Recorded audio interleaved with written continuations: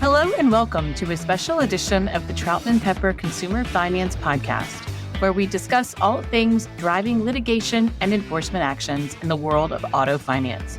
I'm Brooke Conkle, a specialized in litigation, and I'm joined by Chris Capurso, who specializes in all things compliance. Today, we're going to talk about recent developments in the Federal Trade Commission's holder rule.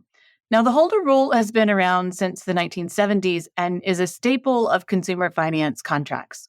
And specifically, the holder rule requires that sellers include the language in their consumer contracts that specifies that any holder of the consumer contract is subject to all claims and defenses that the debtor could assert against the seller. So in the context of auto finance, that means that any holder of a retail installment sales contract can be held liable for legal violations that a dealer made at the point of sale. Now, Chris, have there been any recent reexaminations of the holder rule? Yeah, Brooke, and it's funny, as a compliance attorney with the holder rule specifically, I feel like my job in applying the holder rule usually stops with, is it there? Cool. It's in the contract, we're good. It's been eye-opening dealing with the litigators that we have in our firm where we have such a focus on the holder rule and all of the possible outcomes. And here I am in my corner being like, all right, check it off. That language that's straight out of a rule is all set and in the contract. But that little aside, yes, there have been some recent updates. And the big thing with the holder rule is costs. You know, if you're having this provision that says the buyer of the paper is subject to the same claims as the original seller or the original creditor, you know, the first question is, okay, what am I liable for? What are the potential costs associated with this? And it had been the position of courts and the FTC that the holder rule put a cap on attorney's fees in connection with any litigation stemming from the holder rule. And there were some courts that were outliers that did not agree with this, that thought that no, there are no caps on attorney's fees, or that, you know, state law provisions related to their own holder rules, and we'll get into that later, wouldn't be preempted and you could recover beyond a cap for attorney's fees. And the FTC in January 2022 went along with that line of thinking and released an advisory opinion saying, no, it's correct. Those courts that have refused to automatically cap attorney's fees and costs have been interpreting it correctly, and the holder rule doesn't place those kinds of limits. And Brooke, one of my big questions with the holder rule is, as I mentioned, there's a state element to the holder rule, but then it's the FTC's holder rule. How do those two interplay, especially in practice? Because I know you've seen it plenty in litigation. Yeah, it's really interesting because the holder rule isn't necessarily a private right of action. It really is just kind of a sort of add-on for usually what we see is State Consumer Protection Act claims, and that are asserted against a dealer and then is sort of incorporated against the auto finance company through the holder rule.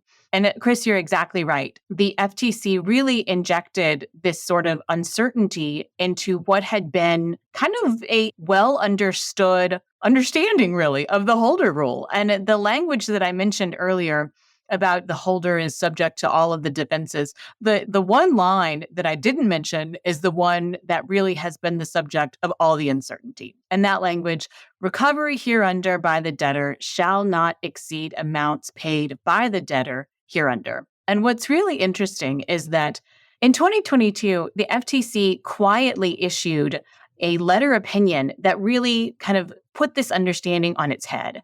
And the FTC said that if consumers sue under a state law that provides for attorney's fees, then the holder rule doesn't inhibit their ability to obtain attorney's fees under that state law from a holder. And what we see in litigation is time and time again that what consumers are suing under are state consumer protection statutes. And as we all know, that's where the attorney's fee claim is. They're suing under those statutes, and that's what's providing attorney's fee claims time and time again. So where auto finance companies really could sort of cabin their liability and understand very quickly kind of their exposure under a holder claim, now it's kind of the wild, wild west. We have the language that says, the recovery really should be limited to the amounts paid by the consumer, but we have no idea what those attorney's fees are going to be. And so here we are in a land that had been sort of black letter law for years and years. Now we're in kind of uncharted territory. Yeah, and quickly, I want to apologize. I can't remember if I said January 2019 or January 2022. Absolutely nothing happened in those 3 years, and it's all a blur. So That's right. who knows, but apologies if I said 2019. But it's interesting, as we've been talking about this and the fact that the holder rule has this notice that you put in there that's very black and white, it's in the rule, and that it's also a statute that it's, there's no private right of action. It's that you have powers under other laws to sue. And like immediately brought me to the e-sign act, which is something else. Obviously, auto finance companies have to deal with electronic contracting, like the same type of thing. It's got these black and white rules about what needs to go into a consent. It's not nearly as nice as the holder rule where it's literally line by line, but it tells you, the things you need to put in there. And then a violation isn't, you don't sue under the e-sign act. You sue under the disclosure law that's been violated. So TILA, if you didn't get your proper e-sign consent, you can sue under TILA saying you didn't get the disclosures.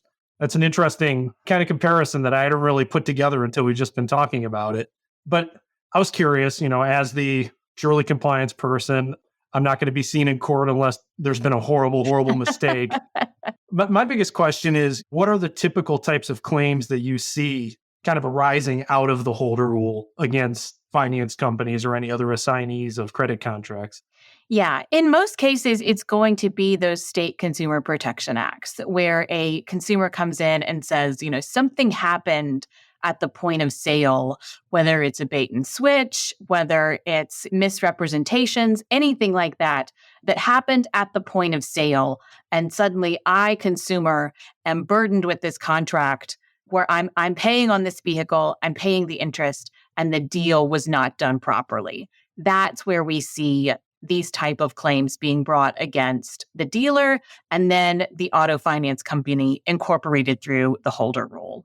And what's interesting is in most cases that we see for auto finance companies, we still go back to the dealer agreement. And there are usually indemnity obligations where dealers are required to indemnify the auto finance company for anything that happened at the point of sale. That's where we're really seeing kind of those litigation risks and that exposure for underlying wrongs, but also with the attorney's fees. And I guess another question, you kind of alluded right to it with the dealer agreement as being a way that finance companies can, mitigate the risk of the holder rule. What are some other things that a finance company can do from a compliance standpoint? I've got some ideas too, but I'm curious, especially from the litigation perspective, what are some other things that a finance company can do to protect themselves before those holder rule litigation cases come in? Yeah, it's really two things that I would point to. And one is to understand where the risk is. And one of the developments that we haven't really talked about yet is in California specifically. And as we know, California is a massive, massive market. And soon after the FTC's January 2022 letter, the California Supreme Court issued a decision in the Pulliam case. It's Pulliam versus H&L Automotive, Inc. And the Supreme Court of California in that decision essentially took the FTC's position and said that the holder rule does not inhibit a consumer's ability to obtain attorney's fees on a successful claim against a auto finance company. So that is the law of the land in California. Now, following that decision, we're kind of on pins and needles, those of us kind of watching the industry, really concerned that the Pulliam decision was going to spread like wildfire across the nation. We really haven't seen that happen in published decisions. We are seeing instances where kind of one-off courts are kind of latching on to the rationale and reasoning in the Pulliam decision, courts that are outside of California. We have not seen sort of a kind of a tsunami of other state courts adopting this reasoning. So understanding the risk, understanding that there is, as you mentioned, that the FTC relied on and cited a lot of different state court interpretations that had found, that attorney's fees were recoverable. A lot of those were really, really old cases, though. Some from Texas, Connecticut, Rhode Island, just kind of pockets of decisions where courts had kind of found in a one-off decision that attorney's fees were recoverable. So those decisions are out there. But outside of California, the risk is somewhat mitigated, I'll say. So just that kind of understanding the lay of the land, understanding where courts are finding that attorney's fees are recoverable is kind of step one in understanding the risk and trying to mitigate that exposure. The second step really is going back to that dealer agreement. That is sort of the bedrock in the relationship between auto finance companies and dealers. Going back to that dealer agreement, kind of dusting off the warranties that the dealers are making to the auto finance companies, making sure that they're all in line, checking out kind of what happens when a claim is made against the auto finance companies. What is the dealer required to do? Are they required to indemnify the company? Are they required to repurchase the contract? Are they required to handle the auto finance company's attorney's fees? Really looking at all of that, making sure that all of that is in line with the current industry standards is a really important step in mitigating the risk under sort of the new uncertainty in the holder rule. Totally agree. And I think even before the dealer agreement, or we could talk temporally, but another thing to be checking is, the onboarding of the dealer. And if you've just read a consent action with the FTC about this dealer, probably not the one to go to. You want to be aware of your dealer's business practices. You want to know, have they gotten in trouble before? Are they above the board? These types of things. And another way to kind of help with some of these, especially holder rule claims, because, what's the easiest low-hanging fruit? A disclosure issue. Somebody didn't include the one line of text that you needed to have a compliant disclosure. Look at the documents. And I would hope most finance companies are either providing their own or really heavily reviewing any paper that is coming their way, because you want to know beforehand, because all you need is one document issue multiplied by God knows how many, and you all of a sudden have a big issue on your hands thanks to the holder rule. So I think the dealer agreement totally makes sense. And even at the same time, before, you want to do at least some due diligence on the dealer to know, is this dealer legally compliant? Have they been in trouble before for violations that could lead to holder rule claims? And also making sure that the paper is satisfactory and legally compliant. Yeah, that's exactly right. And I would say there's one area that if we had federal regulators on the podcast with us, there's one area that they would tell us to be on the lookout for, and that's consumer complaints. Because it is very rare that a complaint is filed in state or federal court and a consumer has not previously made a complaint, whether it's to the dealer or to the auto finance company.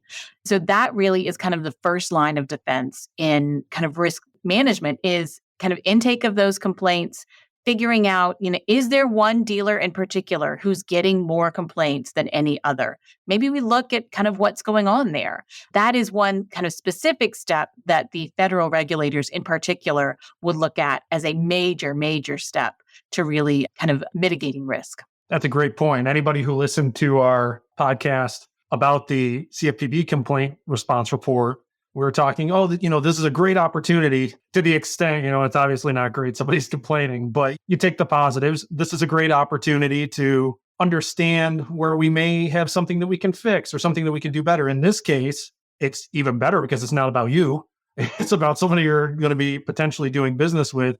And you can use those complaints as you sort of have eyes and ears in the dealership. You can understand if you start to see a trend there where they have certain kind of complaints, especially maybe about sales tactics, maybe about certain things where, if you end up with the paper, there could be a claim that, I didn't validly sign that, or I was put under immense pressure, put into a room and talked about F&I for hours. You never know what kind of complaints could come through, except you can look, So I think that's a really good point. You can use those complaints wherever they're sent, BBB, FTC, anything like that, and kind of get an inside look at anybody you're doing business with to understand potential problems before they become your problems. That's a really good point. So with that, we wrap up another one of our special edition episodes of the Consumer Finance Podcast. Just a reminder to be on the lookout, not only for the next in this series, but also the next in the regular, so to speak, we're the spinoff. There's the regular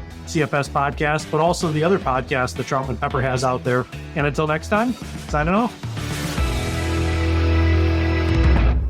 Copyright Troutman Pepper Hamilton Sanders, LLP. These recorded materials are designed for educational purposes only. This podcast is not legal advice and does not create an attorney-client relationship. The views and opinions expressed in this podcast are solely those of the individual participants. Troutman Pepper does not make any representations or warranties, express or implied, regarding the contents of this podcast. Information on previous case results does not guarantee a similar future result. Users of this podcast may save and use the podcast only for personal or other non-commercial educational purposes. No other use, including, without limitation, reproduction, retransmission, or editing of this podcast may be made without the prior written permission of Troutman Pepper. If you have any questions, please contact us at troutman.com.